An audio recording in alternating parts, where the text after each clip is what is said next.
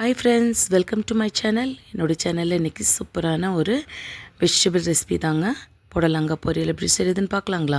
First வந்துட்டு கடாயில் எண்ணெய் ஊற்றிக்கிங்க. எண்ணெய் நல்லா சூடாகட்டும். ஒரு அரை ஸ்பூன் கடலைப்பருப்பும் 1/4 ஸ்பூன் கடுகும் சேர்த்திக்கிங்க. இது ரெண்டும் நல்லா பொரிஞ்சு வரட்டும். அதுக்கப்புறம் கட் பண்ணி வச்சுருக்கிற வெங்காயம், பச்சை மிளகா, அதுக்கப்புறமா கருவேப்பிலை.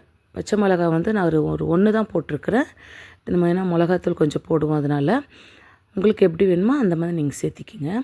இப்போ வெங்காயம் நல்லா வதங்கி வரட்டுங்க. நம்ம கட் பண்ணி வச்சுருக்குறோம் இல்லையா புடலங்காய், அது மேலே இருக்க அந்த தோலை கத்தியில் எடுத்துட்டு அதுக்கப்புறமா நல்லா கழுவிட்டு கட் பண்ணிவிட்டு சின்ன சின்னதாக கட் பண்ணி எடுத்துக்கோங்க. பாருங்கள், இந்த மாதிரி நான் சின்ன சின்னதாக கட் பண்ணியிருக்கிறேன். நீங்கள் இன்னும் கூட கொஞ்சம் சின்னதாக வேணாலும் கட் பண்ணிக்கிங்க, உங்களுக்கு எப்படி விருப்பமோ அந்த மாதிரி. இப்போது காயில் இருக்கிற ஒரு பச்சை வாசம் இருக்குது இல்லைங்களா, அந்த பச்சை வாசம் போகிற வரைக்கும் நம்ம அந்த வெங்காயத்தோடையே அந்த எண்ணெயிலேயே ஒரு நிமிஷம் நல்லா வதக்கணுங்க. ஏன்னா ஒவ்வொரு காய்கறிக்கும் ஒவ்வொரு விதமான பச்சை வாசம் இருக்கும். ஸோ புடலங்காயில் ஒரு மாதிரி இருக்கும், பீட்ரூட்டில் ஒரு மாதிரி ஸ்மெல் வரும். ஸோ அதெல்லாம் நம்ம கொஞ்சம் போகணுன்னா ஃபஸ்ட்டே நம்ம கொஞ்சம் அந்த வெங்காயத்தோடு ஒரு 2 நிமிஷம் அதை அப்படியே நல்லா வதக்கிடணுங்க. வதக்கும் போது அந்த வாசம் அப்படியே கொஞ்சம் கம்மியாயிடும். இப்போது நான் குழம்பு மிளகாய்த்தூள் 1/2 ஸ்பூனும், மிளகாய்த்தூள் ஒரு 1/2 ஸ்பூனும், கொஞ்சமாக மஞ்சள் சேர்த்திருக்கிறேன்.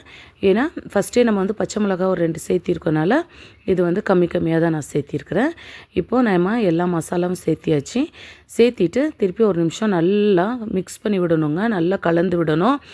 அந்த வெங்காயத்தோடையே காய் கிட்டத்தட்ட உங்களுக்கு ஒரு 50% வெந்துடணும். அந்த அளவுக்கு நல்லா வதக்கி விட்டுடணும். இப்போ இந்த காய்க்கு தேவையான அளவுக்கு நீங்கள் உப்பு சேர்த்திக்கிங்க. உப்பு சேர்த்திட்டு திருப்பி ஒரு நிமிஷம் கலந்து கொடுத்துட்டு ஒரு சின்ன டம்ளருக்கு 1 டம்ளர் மட்டும் தண்ணியை நான் ஊற்றிருக்கிறேன். தண்ணியை ஊற்றிட்டு நல்லா மிக்ஸ் பண்ணி விட்டுடுங்க. மிக்ஸ் பண்ணிவிட்டு ஒரு 2 நிமிஷம் மூடி போட்டு வேக விட்டுடுறாங்க. திருப்பி நம்ம ஓப்பன் பண்ணி ஒரு டைம் கலந்து விட்டுட்டு திருப்பி நம்ம மூடி வைக்கணும். அதில் இருக்க அந்த தண்ணியெல்லாம் நல்லா ட்ரை ஆகிற வரைக்கும் நம்ம நல்லா காயை வேக விடணும்.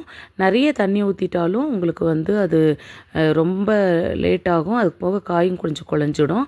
இப்போ மீடியமாக நம்ம தண்ணி ஊற்றி வேக வைக்கணும். லாஸ்ட்டாக கொஞ்சம் தேங்காய் திருவல் திருவிட்டு அந்த காயோடையே சேர்த்திக்கிட்டோன்னா சூப்பரான புடலங்காய் பொரியல் ரெடிங்க. இது நீங்கள் உங்கள் வீட்டில் ட்ரை பண்ணி பாருங்கள். சாதத்துக்கும் எல்லாத்துக்குமே நல்லாயிருக்கும். வீடியோ பிடிச்சிருந்தா லைக்